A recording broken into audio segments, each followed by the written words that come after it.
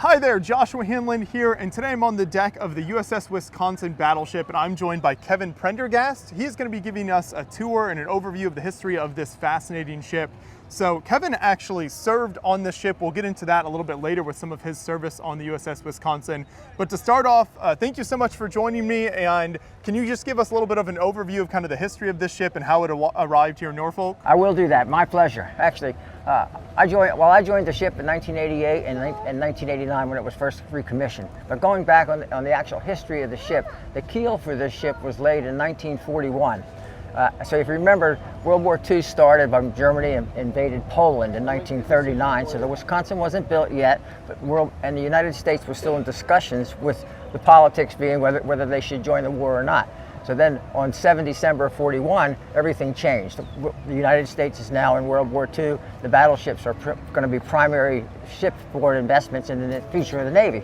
So the keel of the Wisconsin was laid in 1941, but it was actually launched and put in the water on 7 December 1943. We did several things on December 7th, 1940, in 1943, 1920, whatever, at different days. And so it was commissioned, first of all, in April of 1944. So a couple of weeks ago, the ship turned 80 years old. After the ship was commissioned, it immediately left in April of 44. A lot of dates. It's easy to get mixed up. Yeah. It served over a long period of years, so we'll get into that. It did, yeah. So from April 44, it immediately left for the war in the Pacific. Wisconsin was involved in battles in Leyte Gulf, Okinawa, Iwo Jima. It bombarded the Japanese homeland. It bombarded oil fields in different places in Japan. At the end of World War II, the ship was decommissioned for the first time. That was in 1948. So from 1948, for the next 3 years, the Wisconsin sat up in Philadelphia where it was originally built in the early days. So the Wisconsin sat there from 48 to 1951 and was activated again for the Korean War. So during the Korean War, her main function again was to bombard shore establishments, oil refineries, railroad stations, anything that was an enemy fortification was done there. So then after the Korean War, the ship decommissioned for the second time in 1958. So from 58 to 1987, the USS Wisconsin sat tied fast to the dock in Philadelphia. No air conditioning on board at all, hot. All it had on board was dehumidifiers, and that's all.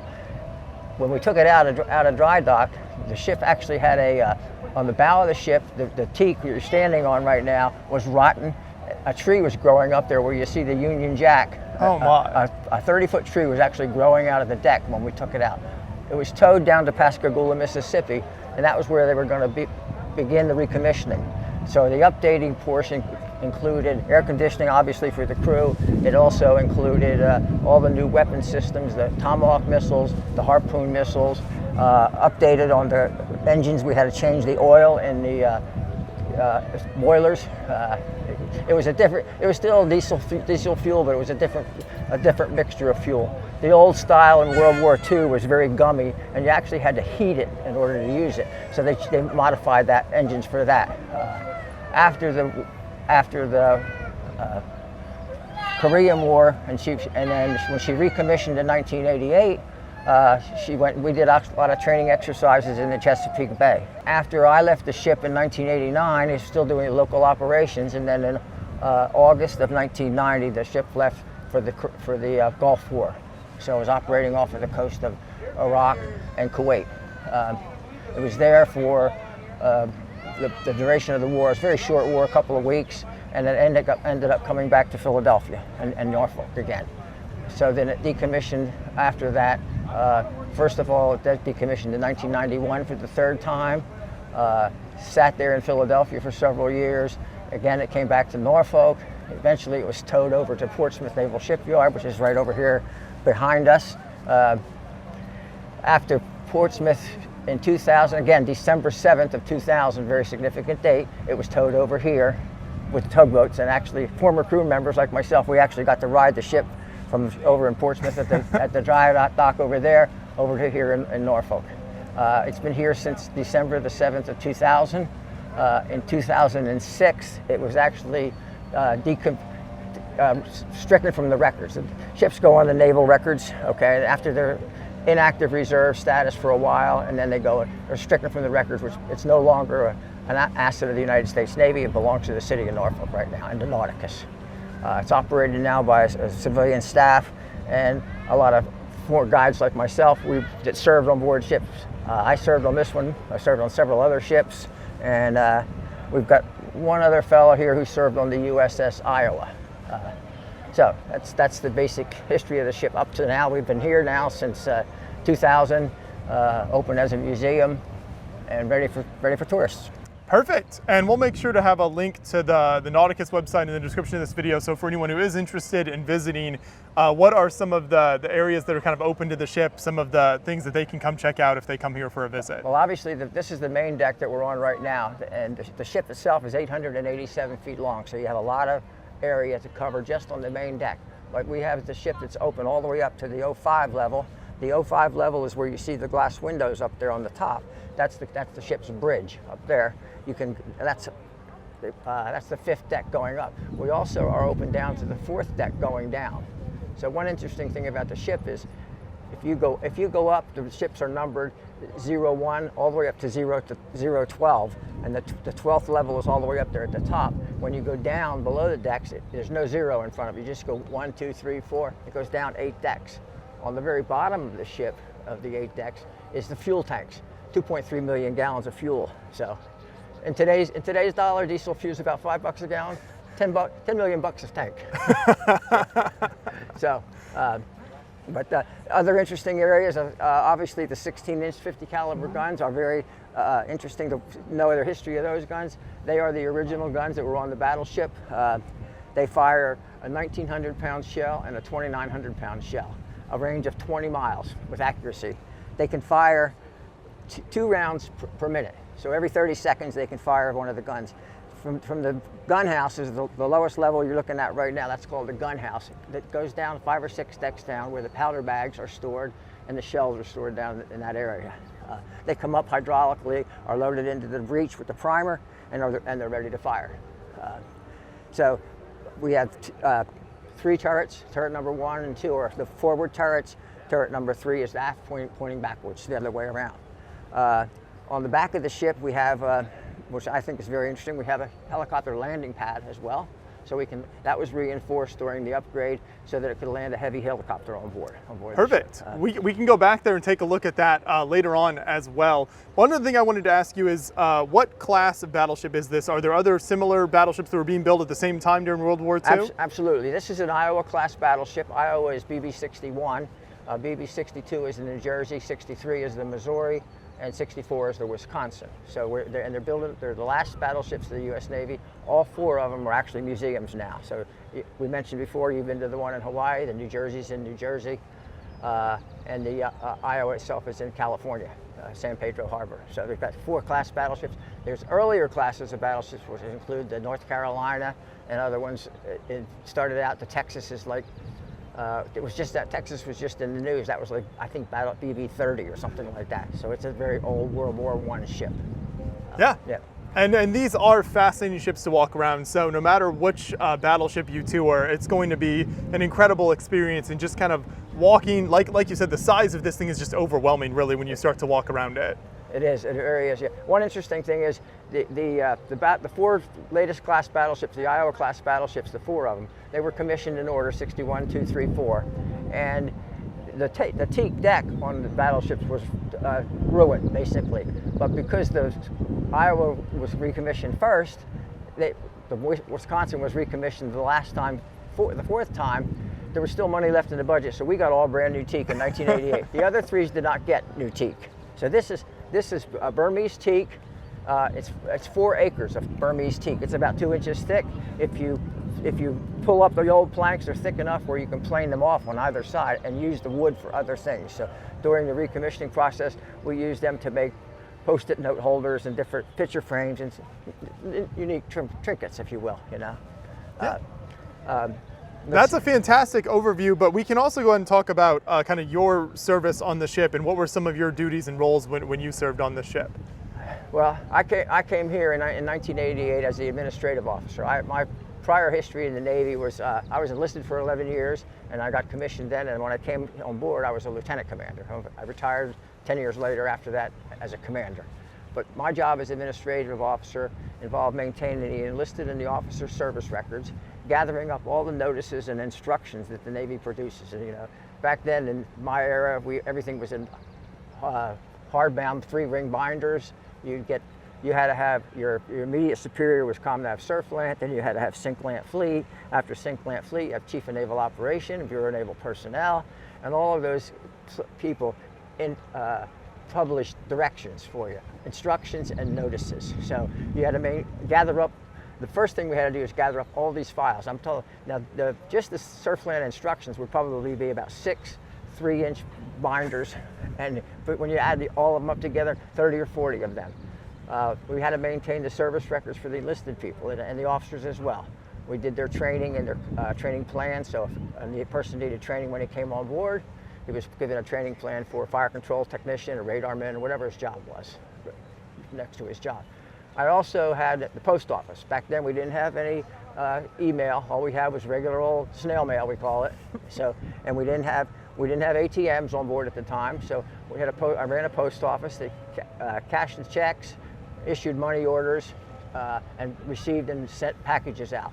That was done depending on where you were. If you're operating at sea, you would package the stuff up, put it on a helicopter, and maybe take it over to an aircraft carrier. The aircraft carrier had a longer range, so it would fly the stuff into the shore. One of the most important things that the post office received was the movies. So we had movies every night. We had a choice of 1 or 2. They were the old big movie reels, and they would come into the post office. So for whatever ships were in the formation. So if we were the biggest ship and we had a bunch of frigates and oilers with us, we'd get 7 or 8 movies. So guess what? We got to pick the movies we wanted first, and then we put the others on the helicopters over to the other ships. But we rotated it back so everybody got a chance for that. So that was the post office. The other thing we had was our own print shop. So we printed a lot. We generated a lot of paper. And I wasted a lot of paper, I think. But we printed everything out. We printed a plan of the day, and we printed individual orders and instructions that were issued from the ship as well. That's not a big job, but very, very important because of what you're doing and how you're keeping track of people's records. Some of the negatives were if the captain had captain's mast, obviously that's a non-judicial punishment. That was recorded in the service man's record. If he was given an award or a re-enlistment ceremony, there was always paperwork that involved the re-enlistment. I swear, blah blah. So that's about it. We did security clearance as well. But it takes roles like that to keep a ship of this size running. So a term you hear on a lot of these ships is kind of a city at sea type idea, because there are so many different roles and thousands of people that would serve on this battleship. And so you need people, running the paperwork and those logistical roles to kind of keep everything going. Oh yeah. The ship is like a major city. The captain he's like the mayor of everything, and he has department heads underneath him. So we have a chief of police who is the chief master at arms. That's the police department, if you will. We have a damage control team. That's the fire department, if you will. And then we had medical doctors. We had 2 medical doctors. We have dentists. We have chaplains. We have lawyers. We have all different types of officers. Engineering officers, supply officers, different types of officers. The only ones that can be a commanding officer of a battleship or any Navy ship are the unrestricted line officers or surface warfare qualified. So as a commander on board this ship, I could not be the commanding officer. If everybody was hurt and senior to me, I could still never be the commanding officer. It would be the next senior surface warfare line officer. The captain of this ship has all these responsibilities for the ship. His main jobs, in my opinion, are the safety of the ship and the safety of the crew. We operate in battle in different conditions. If the ship was operational, it was only ever hit one time in its entire history, which is a short history but a long history. It was 80 years old about 2 weeks ago, so you're standing on an 80-year-old ship right now. But with only with World War II, Korea, and the Gulf War, 14 years of active service. In that span of time, we had 14 different commanding officers, which is a battleship is a significant tour for any naval officer, especially the commanding officer. If he does well, he's going to make admiral. We had 14 commanding officers, 12 of them made admiral. So very successful. It's like an aircraft carrier is now. You do real well on an aircraft carrier as a commanding officer. You're probably going to make flag officer, which is important. Yeah, but I think it speaks about the importance of a ship like the USS Wisconsin in the Navy, and you know, when you think about kind of the responsibilities that they would have had. Yeah. Oh yeah. It's an amazing ship. Has an amazing history. We had the first drone on board the ship in 1988. We were the first drones ever in the Navy, and they were unmanned. When we did over-the-horizon targeting in World War II in Korea, we had planes that were piloted by 2 officers. If that was shot down, guess what? You turn around the ship and hopefully you go save the guy's life if he's landing in the water. With the drone, they came in large crates like this. We had to build them and put the wings on board, fly the drone in, and do our target identification with that camera on that. Very simple drone, giant lawnmower engine, and a little black and white camera that actually gave you latitude and longitude, so you could do your target location with that. Yeah. Well, thank you so much for that overview of the ship. We're going to go ahead and walk some more around the ship, and we'll take a look at some of the other areas that visitors can check out here. On the Iowa class, unfortunately in April of '89, the Iowa class had battleship had an explosion in the turret, and the 47 sailors were lost in that. So on that actual day, April the 19th, when that happens, we lower that barrel all the way face down, kind of like putting a American flag at half staff. So that's important. Yeah, kind of honoring the loss there. In this section where we're standing right now, if we have active duty sailors that want to do a re-enlistment, come out here and re-enlist for another 4 years, we'll do that here. We'll do commissioning ceremonies where an enlisted person goes from chief to officer. That's what I did, chief to ensign. They would do it out right here and restate their oath out here in front of that. We've actually done weddings on board, and retirements as well. Yeah, and for people who have visited the USS Missouri, there's the iconic photo of the Japanese surrender that took place out on the deck of the Missouri, which was one of the ships, the other Iowa-class ships that you mentioned earlier. Exactly. Yeah, right. Actually, up where you see those people up there with the white hat on, with the guy with the white hat on, that's called the surrender deck on the USS Missouri. There's a big circular bronze plaque there with a picture of MacArthur there, who they surrendered to, and the Japanese ambassador, I think he was, or whatever his title was, I'm not sure, surrendering to MacArthur up in there. And they call it the surrender deck. Mm-hmm. We just have a plain deck over there. That's actually the captain's porch where he could actually entertain up there.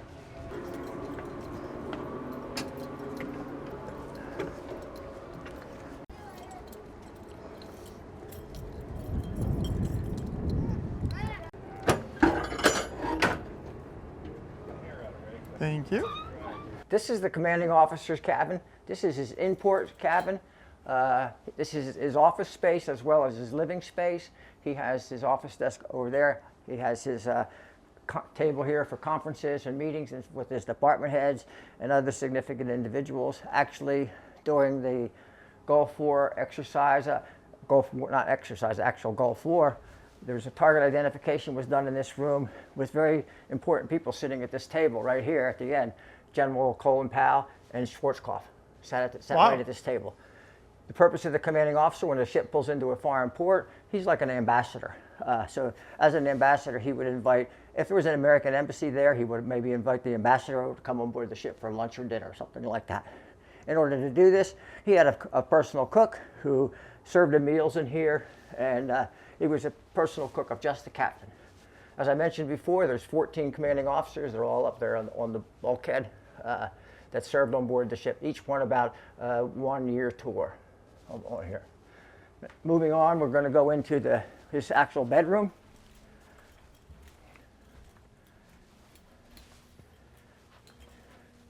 As you can see, the commanding officer lives pretty well. I've been on several Viking cruises, and in the space that I had was about like this, and the bed was about 12 inches wide. So it has a very interesting picture of how the captains lived. It's completely different than when we go below decks. You'll see where the crew lived, and the racks were stacked 3 high.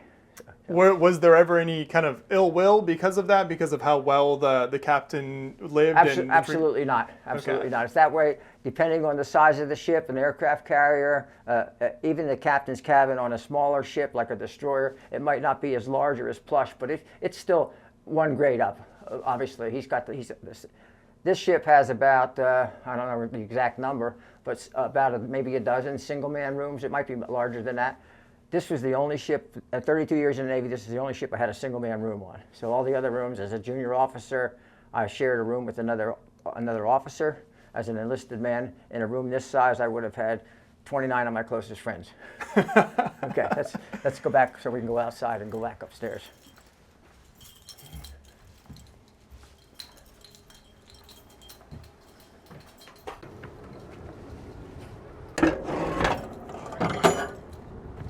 Okay.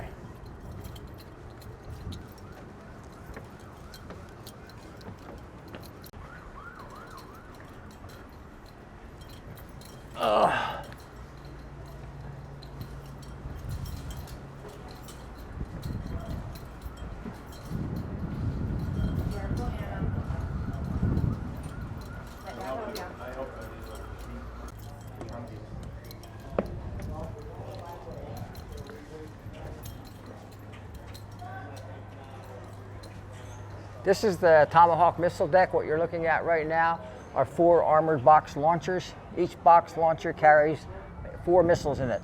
A Tomahawk missile has a range of about 1,500 nautical miles, so maybe 700 statute miles, and carries a conventional warhead. Shoot that range. Very accurate. It's a land-guided missile programmed by a computer. When they opened up to 45-degree angle like this to fire the guns, they don't need to be pointing at the target. You could be shooting something that way and shoot it this way. They'll all turn around. They'll turn around. One interesting fact about these is that when the Wisconsin first came here, all these box launchers were shut. Now, granted, the ship was, out of commission for a long time before it came to here, maybe almost 10 years. We had a crew member come on board who was a former crew member, and he got into that space right there and was able to raise that up. The hydraulic system still worked after all those years. Yep. Watch your head as we go back this way. Now, one interesting thing here is obviously this is not what it looked like when it was built during World War II. So, do you know what would have been in these areas originally? And actually, yes. In this particular, let's go back here for just a second. Yeah. In this particular area where we're standing right now, this was all 7 December 41. The Japanese attacked Pearl Harbor. The United States is immediately in the war. The ship is still not completely ready to go to sea. It didn't get commissioned until 1944. So what we didn't have on board was anything to fight off aircraft attacks from the Japanese. So in this particular area, we put on 20 and 40 millimeter cannons here for anti-aircraft defense. They were made throughout the main deck, down below decks. They were all on the main deck. Wherever there was space for them, we put them on as additional. So we had something to attack other airplanes. You got to think back in history. Battleships were designed to fight mano a mano. You turn the ships and you point your guns at each other and you fire until one of them sinks. Mm-hmm. So now all of a sudden we have to deal with an aviation threat. So that's why they added all these extra cannons.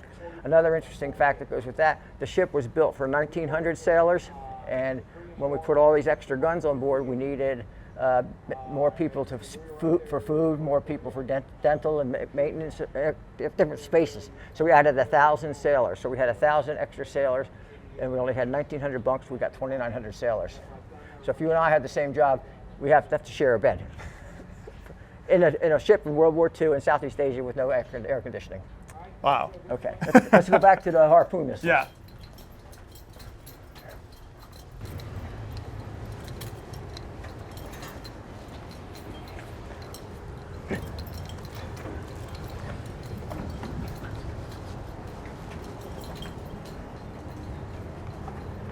What you're looking at behind me is the harpoon missile system. That's a ship-to-ship missile. It has a range of 75 miles. It's designed to go up in the air, follow it over to the other ship, and come down through the main deck of it, explode, and hopefully sink the other ship. As you can see, they're missing. Anything that was usable when the ship decommissioned the last time, if it had the missiles were obviously still usable, they were moved to another ship. And you'll see there's different spots in the area where there should be a computer or a surface search radar, an air search radar. If they were usable, they moved to another ship, so we don't have them anymore. The Wisconsin was the fourth of the 4 battleships commissioned last. So if you were on the Iowa and you got commissioned 3 years before me, Okay, so you got a Mark I radar. When I got on the Wisconsin, and the Wisconsin got that particular radar, it might be a Mark IV, an upgraded version. So if it was viable, away it went to another ship. So parts are missing for that reason. Okay, we're going below decks now.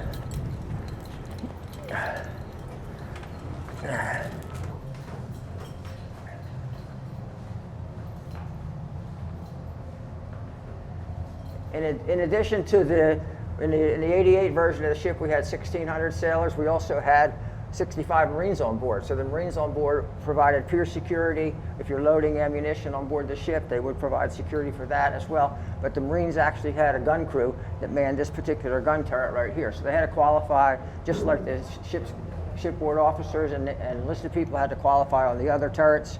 The Marines qualified on this one, and this was their actual gun turret. So they had a lot more jobs than just security. When that was a main job of theirs as well. And this turret here would have been original from the World War II configuration, or was this one that was? This is original. This is, all the weapon system except the harpoons and the tomahawks are original. Mm-hmm. Okay. Oh, the phalanx. We have a phalanx on board too. That wasn't here.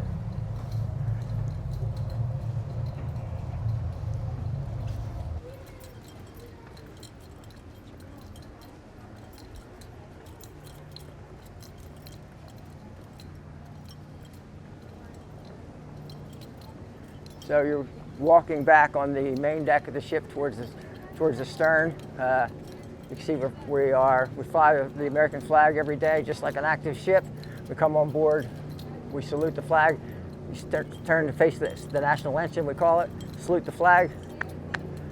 And then normally you would say permission to come aboard, and the quarterdeck watch would say permission granted. To an enlisted guy, officers just say, I report my condition, my return to the ship. So this area back here is where was reinforced. Originally, the ship had on the two sides of the ship, it had two small aircraft that were called Kingfishers, and the Kingfishers were flown off the ship. They did the original target identification during World War II. So then, after I mentioned before, we switched to the drones. We also had to reinforce this deck back here so we could handle heavy helicopters. We recently posted a tour video of the USS North Carolina that's still, you can see an example of the Kingfisher on there. So for if people want to see an example of what you were just talking about, we'll have a link to that video in the description, and they still have theirs. Yeah, they actually would be shot off this position that way. Right, yep. Okay, now we're going to go below decks again.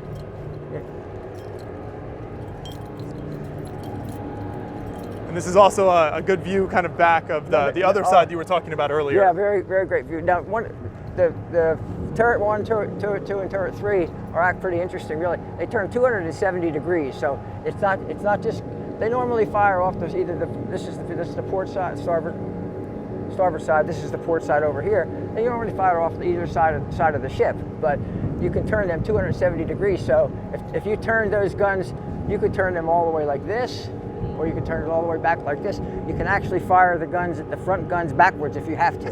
That's called a hip shot.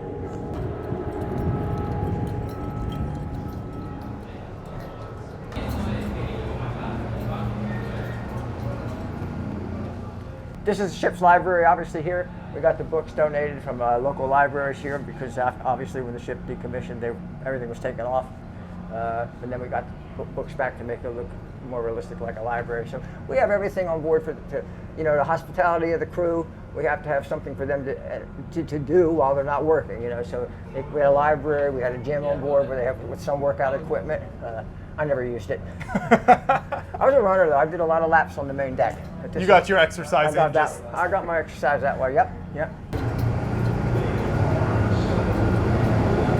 It's very loud in this section. Very loud. Snack bar. Full snack bar. This is not part of your meals that you get on board. As you can see, there's a cash register there, so you could actually buy a Coke or an ice cream from here. But now, in most of the dining room facilities, there was refreshments there all the time anyway. So this was an additional expense if you wanted that there. Yeah, if you wanted it. Yep.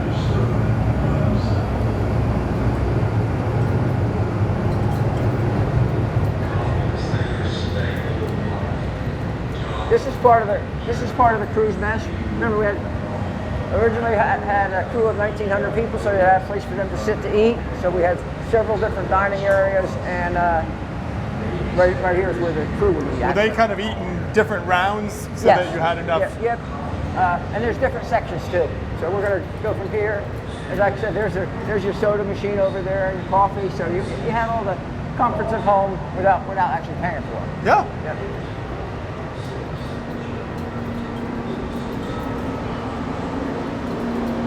And you can see there's a lot more space for people to eat.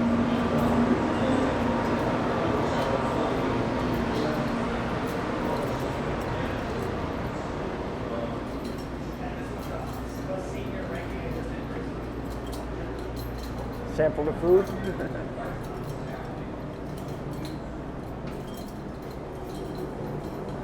Okay.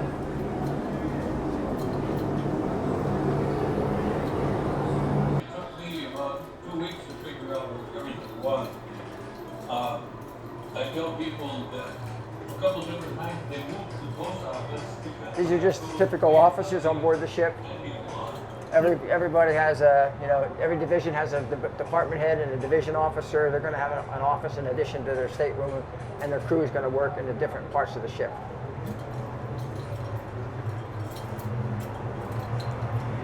Valve shop.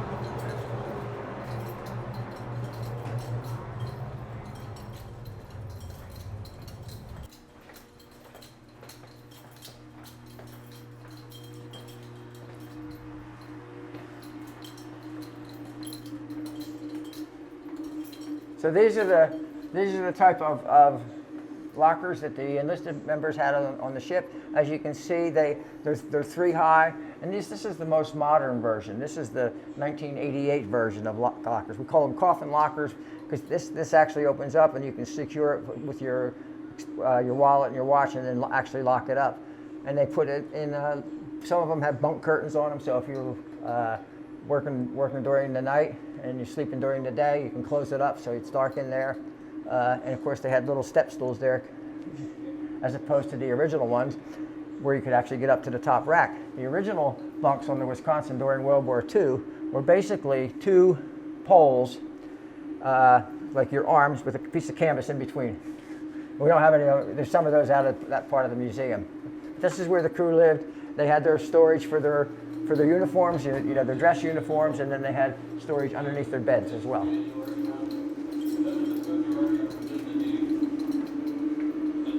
What is this apparatus here? Oh, that's an OBA. It's an oxygen breathing apparatus. So if you have an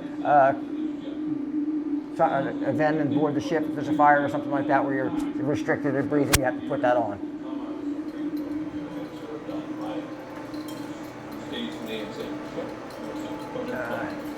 The ship's experience, and it's basically computerized screens that you can see the different areas throughout the ship. So the people that come on board that are restricted where they can't go up and down the ladders because they're too steep, or they have a handicap, they can come in here and look at the different pieces of the ship. Part of the reason I brought you in here is I had a lieutenant who worked for me. His office was back there. This was part of the administrative office right here. So I have a lieutenant working back there, and he was called the ship secretary. And then we had people here with their just desks here doing their paperwork that they did right here. My actual office was around the corner here, and now it's occupied by a lady who does the overnight coordination, overnight tours on board the Wisconsin. So is that something that Wisconsin offers, is opportunities for groups to stay overnight? Yeah, she's the overnight program manager. They can bring Cub Scouts on board. I don't know if they do young girls, but probably they do, I'm not sure. And they can actually spend the night on board. And it's dark in here at night, so bring flashlights, obviously. But it's a neat little place to go. Yeah. You can't go in here. That's completely different than my office. She actually has a recliner in there, and pink curtains. You mean they didn't give you a recliner? No, I never got a recliner. Let's see.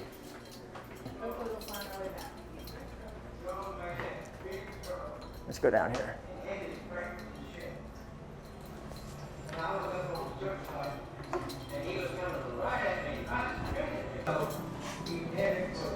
This is my post office. The post office worked for me, so we had a post office here. Obviously got a lock and a safe in here because we did have cash in here. People would bring cash down at $50, $100, buy money orders to send back to their wife at home. not when I was on board, but I think in 1990 they actually got some really high-tech equipment called an ATM, and it was around the corner. There was nothing over there to see, but that was back there. Here's the dispersing office. So this is on payday when you come on board a ship back then. They put a label up there with your name on it, Jones and Smith up here, $100, and you could say, oh, I only want $20, and just draw $20 in cash, because you don't want to spend it on a ship, and you don't want to have $300 in your locker. You know, if dispersing had it, but if you needed cash, you could get it right here.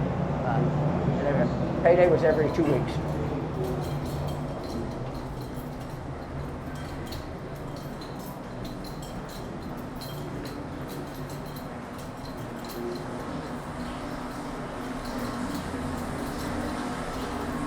Typical head. In the Navy, we have a name for everything. We don't call the bathroom a bathroom, we call it a head. You're standing on the deck. This is the overhead. This is the bulkhead.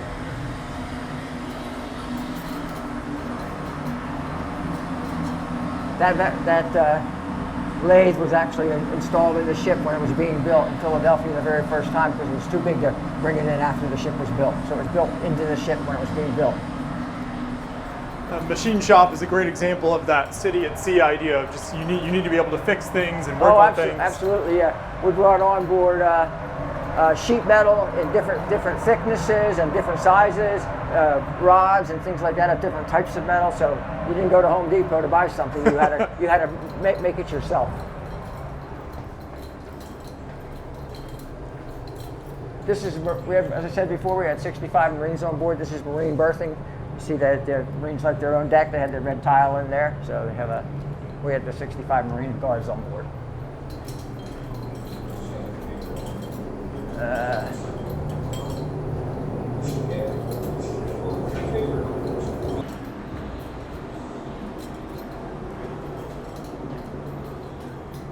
I don't want to go down there. That'll show you how steep the ladders are. Just to give you that. So that one, some of them are at a much more lesser angle than that. This is basically straight up and straight down. So there's some decks like that. What you're looking at here is the shells for the 16-inch 50 caliber guns on board the ship. They're both the same size, but one of them weighs 1,900 pounds and one of them weighs 2,900 pounds. The 1,900-pound shell is for shore bombardment. The 2,900 pound shell has higher explosives in the head of it. Would be for if it was a large armory ashore somewhere, you'd aim it at that and try to blow that up at the enemy army, a factory, a munitions factory, things like that. So the range is basically the same. They both take 6 110 pound powder bags to fire one shell. So these shells and the powder bags that were used during the Gulf War in 1991 are actually left over from Korea. They were stored at a naval weapons station and recertified for use and brought out of storage for the Wisconsin, the Iowa, the Missouri, all the other battleships. But when one of these lands and explodes on ground, the hole that it blows up in the ground is 50 feet across and 20 feet deep. So it's a big blast. Okay. And what is this area around the ship now? That's surrounding these buildings and things around here. So a lot of this is air conditioning vents and things like that. This is an old antenna. This was actually my running deck on board the ship. Me and the Dennis were running buddies, and we did the perimeter of the deck. So the ship's 887 feet long. You could probably run about, call it 800 feet each way, so 1,600 feet. Basically 3 laps to the mile. It was a good spot to run. The deck is softer than the steel deck on your legs, so it wasn't that bad.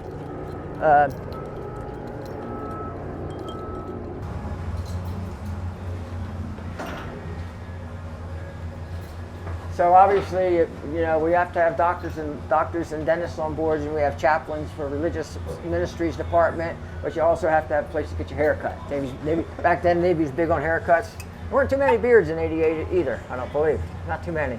But anyway, not last year, in September of 2022, we did a ship for union, all the former shipmates. We had about 240 of them staying in the Sheraton down the street, and we actually opened up the barbershop and gave haircuts for the reunion guys. I love the painted door that matches the barbershop pole here. Yeah. Nice artistic detail. The only thing that we did different for the retirees is they weren't sailors cutting their hair; they were young ladies. So they had the barbershop here. But obviously, anything you need, laundry and dry cleaning. Here's your dry cleaning plant. Sewing. You get promoted. You have to sew. Have your insignia sewed onto your uniform. The new version.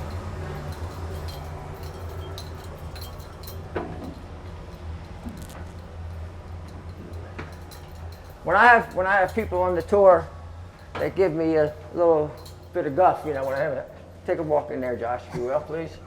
So this is what I do when people on the tour, on my tour, give me a little lip. I put them in the brig, but I don't slam the door too hard because I probably couldn't get it open again. But this is the, you know, I don't know that we ever used it when I was on board. I don't think so. But if you had to use it, it was here. And you see what it looks like a prison if you've never seen a prison before. And obviously they had to have a bathroom facility, so it was a shared facility. And they had their lockers for their clothing. If the ship was in wartime in an emergency, let's say you had a prisoner down here and it took a hit and the doors didn't work. This is an escape hatch right here. So the sailors that were in the brig could go up to that, open this up, and go out, and they would end up in the library. The library was run by the chaplain, which you saw before, so we call this the Stairway to Heaven. We had that, and they had little trays here. This is where they kept their food. This is a 6-man cell right here. But again,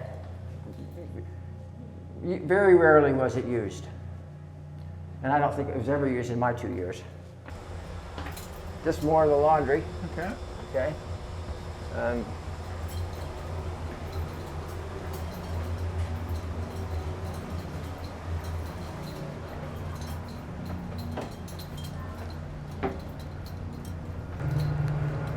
You mentioned movies earlier. What were some of the other things you did with your downtime when you served on the ship? Just kind of things to fill the time or for fun? We didn't have a lot of downtime. We like I said before, but one of my shipmates, we ran just about every day when we could. You know, when you could squeeze it in during the day. You didn't have when you're at sea, you work. There's a lot of work to do, and you have your unlimited time, so you might as well do it. So you eat your meals. You could go to bed anytime after dinner if you didn't have to have work to do, but normally we stayed up doing it. If you're going into port, there's a lot of things to get ready to go into port. In the administrative area, they do, if the Wisconsin commanding officer is the senior officer present, they call him SOPA, senior officer present, and he would write orders for the other ships, what the liberty hours were, how many sailors they could put ashore, that kind of information. The admin officer was the one who had to generate that message for the commanding officer to sign.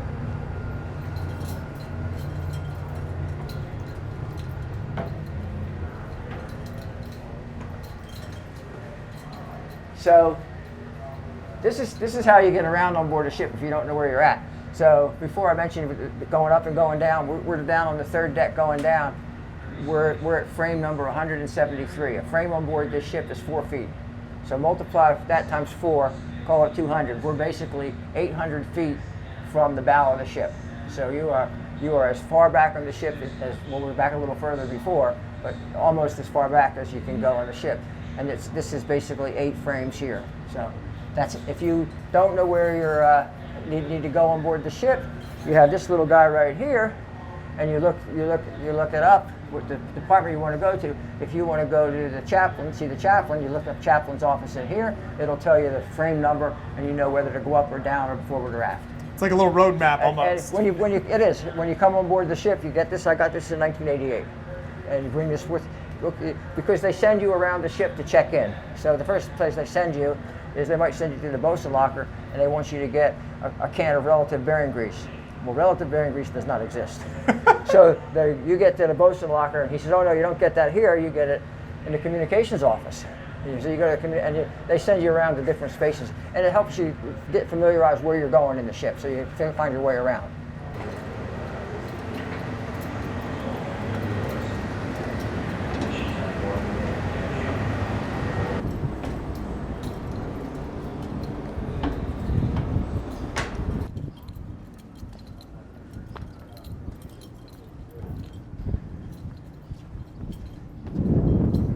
as I said before, the ship has a very large storage tank for gasoline, actually DFM, diesel fuel marine.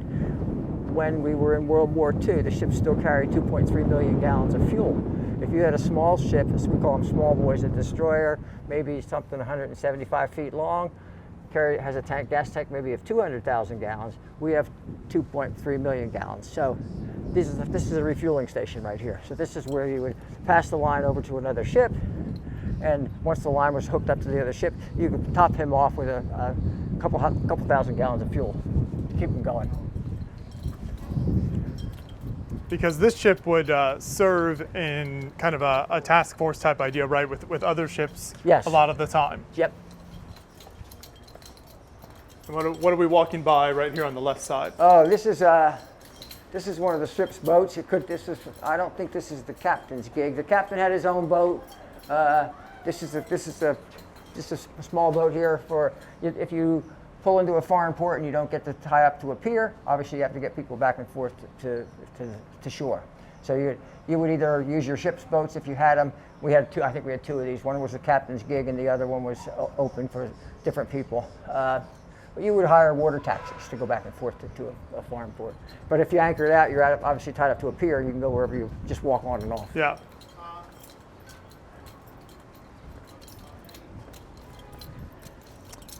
What type of preservation work is ongoing on the ship? Is there kind of always work being done to preserve this as a kind of floating museum? Yeah, there's always things going on to things that need cleaning and painting. We get a lot of volunteers. We get a lot of volunteers from Old Dominion University. They come down and we have a maintenance crew that works every day, and they're actually paid employees, and they go around and clean things up and paint them, try to fix things. You know, the stuff that we use right now just to see around through the ship, lights and things like that, are obviously needing repair. And we're always trying to clean some space up and open it up. We just opened up some new spaces that are throughout the ship that weren't up open a month ago. So we're always trying to do that.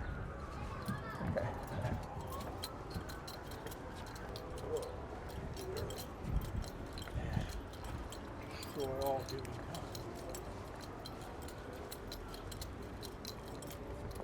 It's an example of some of the shells you were talking about earlier. These are the 16-inch gun shells right here, and these are the powder bags. So it takes 6 of these 110-pound powder bags to fire one shell, they were stored down 6 decks down below. They came up to the hydraulically, loaded into the breech of the gun, shell first, obviously that, and then the primer ready to go to shoot it out. Actually moved them up in those containers right there. When they bring them on board the ship from the shore station, they come in and there's a block and tackle system throughout the ship. They come in a container like that, and they hang from the ceiling and go down and are lowered down below decks where they're for storage.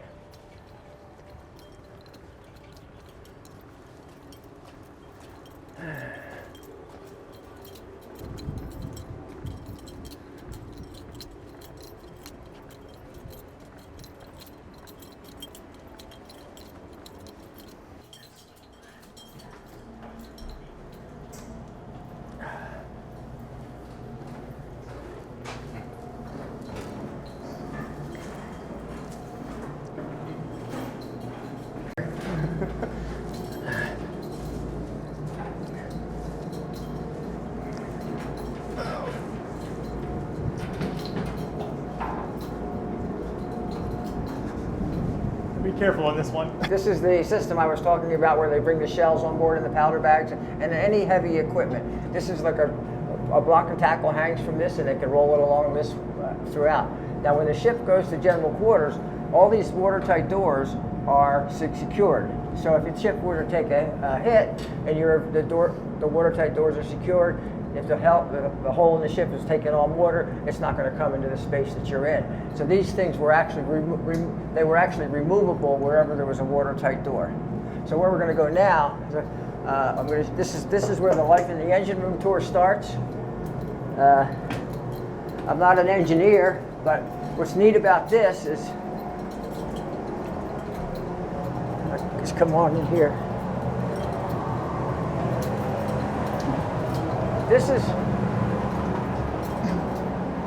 This This is the longest single passageway on the ship. This is called Broadway.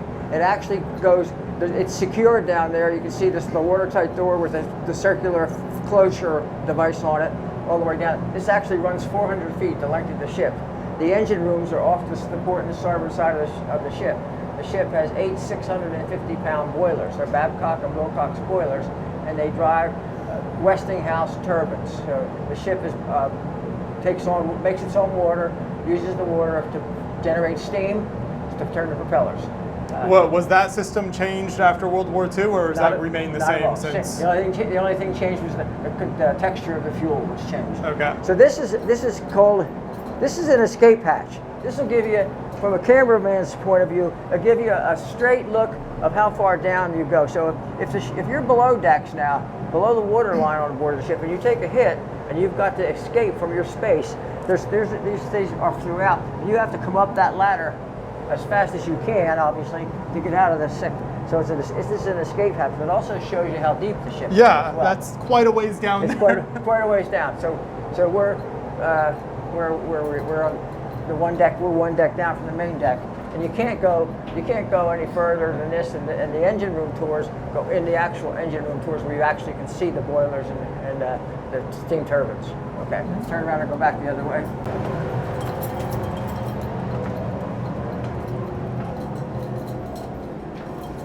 So here we go. We got 1,000 different gauges here. I can't begin to tell you what any of them do, but you can imagine that operating eight boilers for a ship this size. All these things are labeled, and there's people that actually have to know exactly which ones to turn and when to turn them on. Very complicated system. A lot of specialized roles on a ship like this.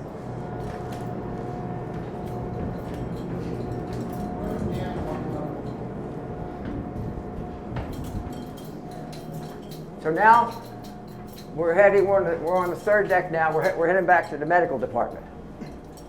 This right here, this is part of the armored box.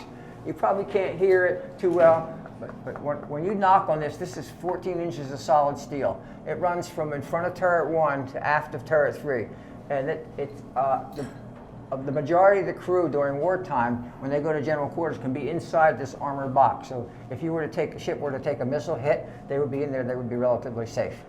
They might hear the shell explode, but inside that, the 14 inches of solid steel, they'd be safe. But if you had a medical problem, you came back here. You could check in here. Back then, if we had. Everything was a paper folder, so you carried your medical record with you, you carried your dental record with you when you went from duty station to your medical, dental, pay records. And you come in here and you check in and say, I have the flu or something like that. So the medical people would take care of you in here. This is just office space. This is part of the laboratory.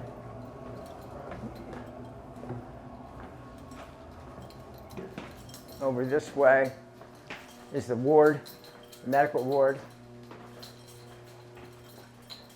You can see we had a fairly good size medical staff on board the ship.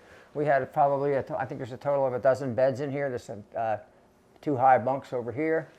We have an x-ray room and an operating room behind you.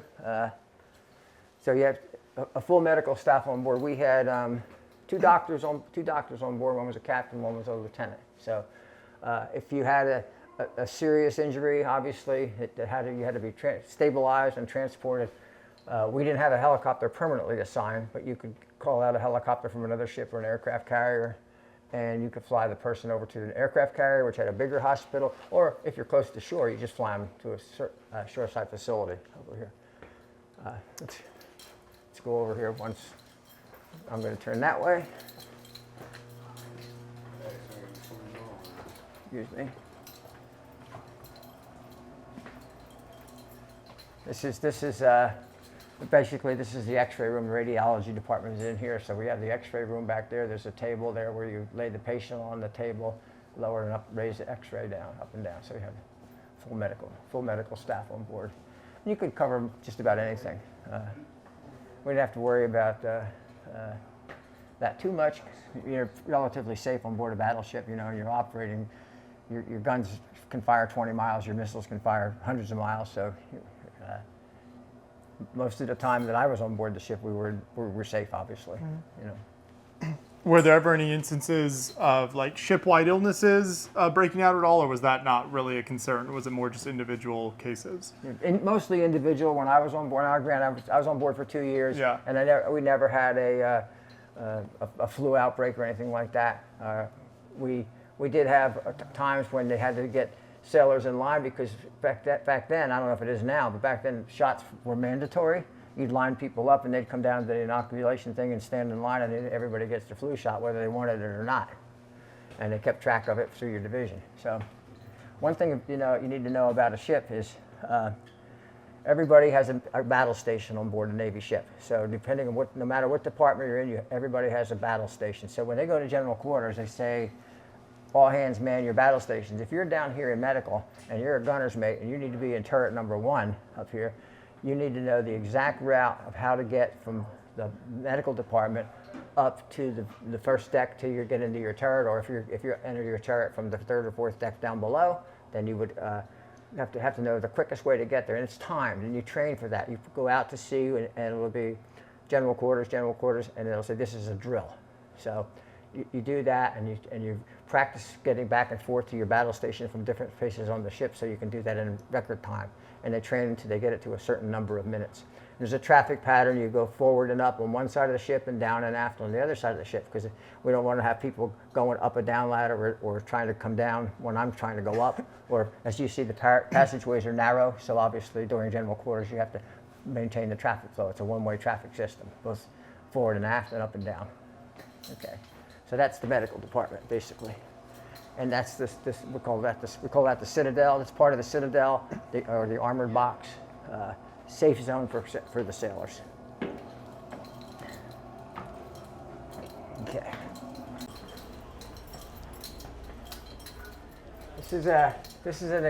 This is our dental officer's stateroom. We had 2 dentists on board, and we've actually decorated this one, if you will, so you could see what it actually looked like when someone would live there. So he has his own bed, his sink, but he has to share a bathroom.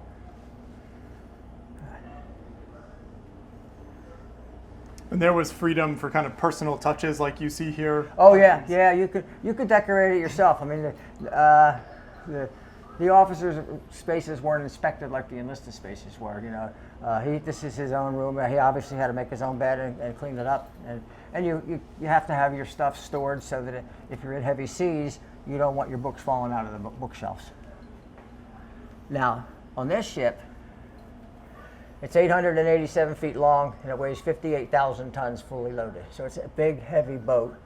It's got 37 feet below the waterline, so it's extremely solid and stable in the heavy seas. So chances of, in normal conditions, of your books coming out of the library, the book racks there, probably wouldn't happen. This ship, very stable. Let's go back into the wardroom. And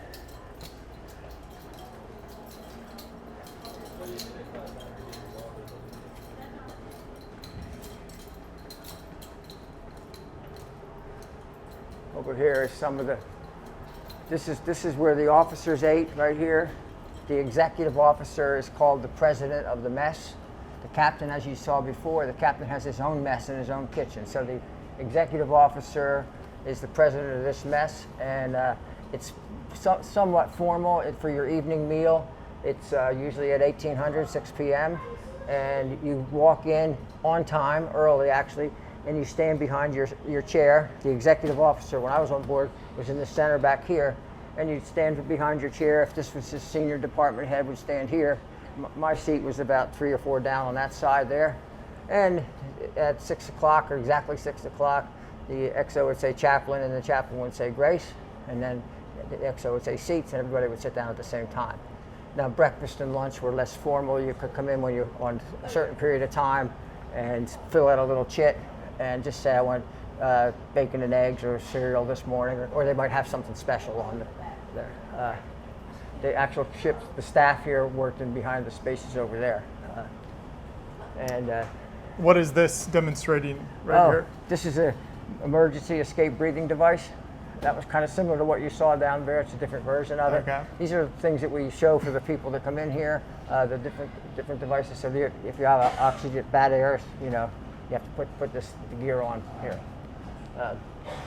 Let's see, behind you, these are the officers that during the Wisconsin, we had a bunch of officers come on board in 1988. They were brand new officers, maybe some of them were ensigns with, you know, we're talking about 6 months in the Navy. The first thing that a surface line officer needs to do in his first, as soon as he possibly can, is become a qualified surface warfare officer. Now, myself being a limited duty officer, an admin officer, I didn't do this program. It wasn't available for me at the time. And these are the people. This guy came on board as an ensign, and he qualified in April of '91 when he qualified. So he was the second group.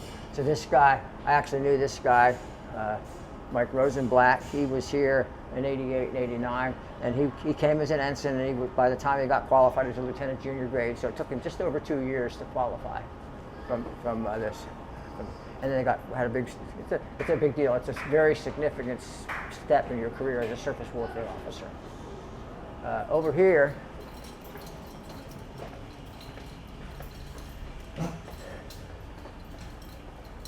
this is a piece of new teak for the ship. This is actually what a new piece of teak would look like. This is what they look like after when they were taken up. They weren't quite that thick, but you could make things out of the old teak because a lot of it was still good. If it was this thick to start with, you could plane this off and use it. And we had 4 acres of it when we ripped the teak out to put the new deck in. So this is what they're calling holy stone, and this is how they keep the teak deck clean. The hardwood resists wear and tear. The teak also keeps the heat in and the cold out. Remember, in World War II, they had no air conditioning, so they had to do whatever they could to keep the portholes open so they could have fresh air whenever they could. And then these are other examples of things we have for the people that come on board, the correct way. We have people that actually work here will show somebody the correct way to fold a shirt, because the enlisted people, you saw the limited space they have for their clothing. They have to fold it at precise until it all fits into their locker, and they show people how to do it here as part of the tour. Yeah, kind of experiences for visitors. That's really neat. Yeah. That was actually in front there. That's not now it's a gift shop, but it used to be like the officer's lounge. It was just a couple of couches and sofas in there. So, yep. Some of the things here go back to 1944, whatever that gentleman's, Charles Stanton was. I don't know what CSF stands for, but we have some old pieces of correspondence in there. Some surgical tools here, surgical kits there. Normally this section would be the ship's, each ship has a silver service. The silver service for the Wisconsin is over, I think, in the museum on the other side of the building. But this is equipment. This is actual sailors that served on board in World War II, probably. And here's this guy's, I'm looking for dates, but they're old, obviously. Mm-hmm. This is an interesting little card there with the years that it was recommissioned. Yep. Three times recommissioned. And well, this is an example of the stuff that we printed in our print shop right here. That little pamphlet like that, we would give them out. We actually had sports on board the. I said I ran on board the ship. I actually coordinated the running team, and we had our own running jerseys there for that. You know. That's great. Yeah. Okay. And these are things that people can do now if they want to make a donation to the ship. They can. There's a QR code here somewhere where you can sign up to do it if you want to have one of these devices made out of a piece of teak, or a coin can be made, and then they will hang it up. Like a former crew member from World War II might have his little plaque like this hanging on his bunk where he actually slept. Now it's not going to be his actual bunk, because World War II they were very rudimentary. Now they're plush. They got a real mattress about this thick. So, yep. Okay.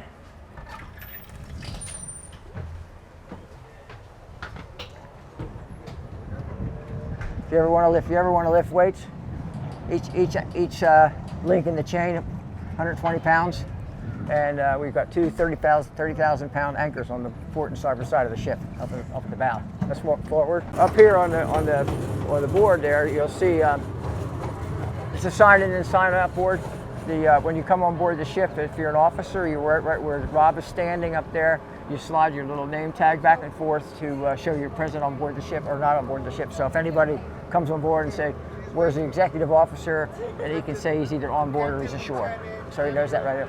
In the center plaque there is a chain of command. It starts with the commanding officer and the executive officer, the two officers on the first tier, the gentleman in the white uniform at the bottom.